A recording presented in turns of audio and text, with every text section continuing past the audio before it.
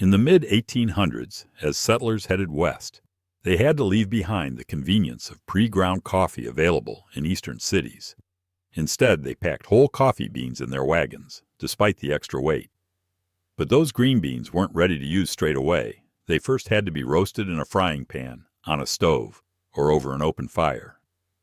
Once roasted, they were ground by hand using a small grinder.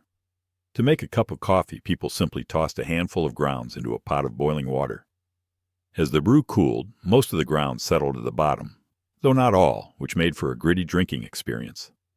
Many solved this problem with the saucer and blow method, pouring the hot coffee into a saucer, blowing on it to cool, and then carefully sipping to avoid any floating grounds. The tedious process of making coffee created an opportunity for entrepreneurs. In the early 1850s, James Folger in California saw the demand for ready-to-use coffee, followed by John Arbuckle in Texas in the 1860s. Their innovations changed how Americans brewed their morning cup. At just 14 years old, James Athearn Folger set off on an ambitious journey with his older brothers, Henry, 16, and Edward, 20, leaving their home in Nantucket, Massachusetts, to chase opportunity in Gold Rush, California.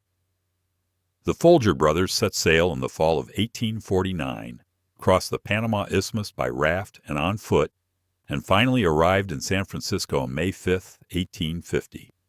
By the time they reached the West Coast, their funds were nearly gone. While his older brothers headed north to try their luck panning for gold, James decided to stay in San Francisco and find work. Having worked as a carpenter since he was 11, he landed a job with William H. Bovee, a 27-year-old entrepreneur from New York who had plans to open a coffee and spice mill.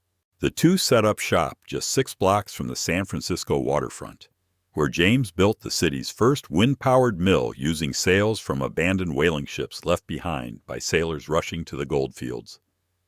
Bovee's venture soon became known as the Pioneer Steam Coffee and Spice Mills, laying the foundation for what would become a legendary name in the coffee business. Before heading west, William H. Bovee had run a coffee roasting business in New York, where pre-roasted coffee was considered a luxury. But he saw an even bigger opportunity in California's mining camps, where gold seekers craved a quick and easy way to make their coffee.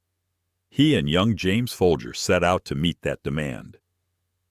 In 1851, James traveled to the goldfields with samples of Pioneer coffee, packed in sealed tins. While promoting the coffee, he also tried his hand at prospecting and managed to hit a significant strike. The windfall gave him enough capital to open a country store in a mining camp called Yankee Jim's, marking the beginning of his own business ventures. At 18, James Folger sold his store for a profit and returned to San Francisco, where he rejoined Pioneer Mills as a partner. In 1859, Bovee sold his stake in the company, and James seized the opportunity, buying out the remaining partners and rebranding the business as the James A. Folger Company. By age 24, he had married and settled in Oakland, where his business flourished.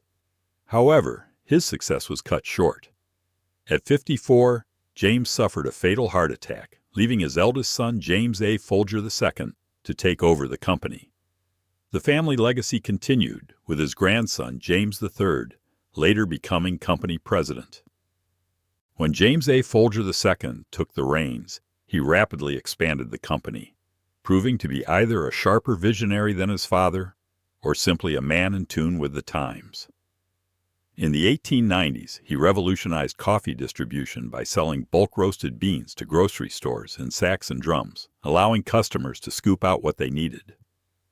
Folgers and Company also introduced pre-ground coffee under various labels with its premium blend, Folger's Golden Gate, featuring an image of a ship sailing through San Francisco Bay.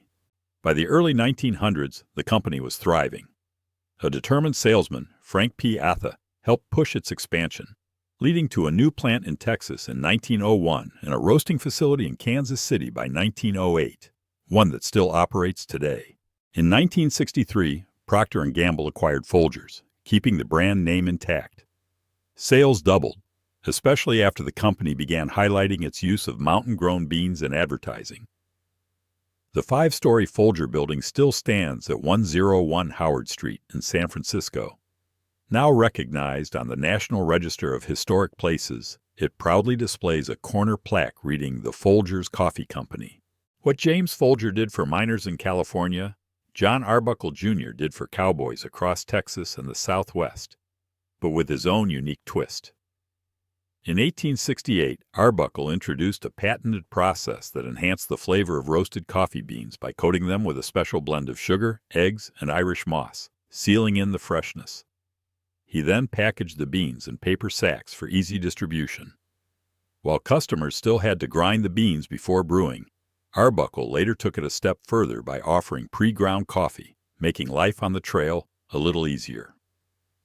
Back in 1860, while still in college, John Arbuckle decided to leave school and join his brother Charles and other relatives in the wholesale grocery business in Pittsburgh, Pennsylvania. With a sharp business sense, he quickly made a name for himself, eventually opening the Arbuckle Brothers factory in New York City in 1871. But Arbuckle wasn't just a businessman. He was a marketing genius. He revolutionized commercial coffee with his Arbuckle's Ariosa brand and knew exactly how to keep customers coming back. He packed his coffee with extra incentives, offering coupons redeemable for razors, scissors, and even wedding rings for those in need. To win over younger customers, he tossed a stick of peppermint candy into each package. This little touch became a favorite among chuckwagon cooks on Texas cattle drives. When it was time to grind the coffee, they'd call out, "Who wants the candy?" A surefire way to get a young cowboy to do the job in exchange for a sweet treat. The real prize for a cowboy wasn't just a hot meal, it was a bag of ground coffee. On the trail, getting your hands on Arbuckle's coffee was even better than finding toilet paper, which wasn't exactly a standard supply on roundups and cattle drives. Chuckwagon cooks made sure to keep a steady pot of coffee brewing so the crew could grab a cup whenever they had a moment to rest. Of course, coffee on the range didn't always taste the same. Hard water? The cook might throw in a pinch of salt to smooth it out. Water with too much gypsum? A cracked egg could help cut the acidic bite. And if the cookie, as trail cooks were often called, kept brewing pot after pot without changing out the grounds, you could bet the coffee was going to taste burnt and bitter. But out on the open range, a hot cup of Arbuckle's was still worth every sip. Arbuckle's coffee was so popular among cowboys that many didn't even realize other brands existed. Much like Stetson for hats or Levi's for jeans, Arbuckle's became synonymous with coffee on the range. To keep that dominance, the company included trading cards and coupons in every package.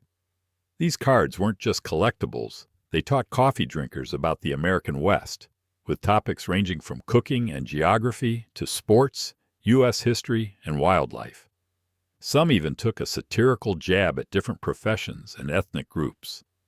Cowboys could find these cards tucked inside their coffee sacks or buy them straight over the counter. Today, collectors still seek them out. By the 1890s, John Arbuckle had become a multimillionaire and expanded his business into sugar production. After his death on March 27, 1912, at age 74, Arbuckle's coffee slowly faded from the spotlight. But it never disappeared completely. Arbuckle Coffee Roasters in Tucson, Arizona still produces the legendary brand, though you'll have to order it by mail. Meanwhile, Folgers has taken its place in modern kitchens, living up to its slogan,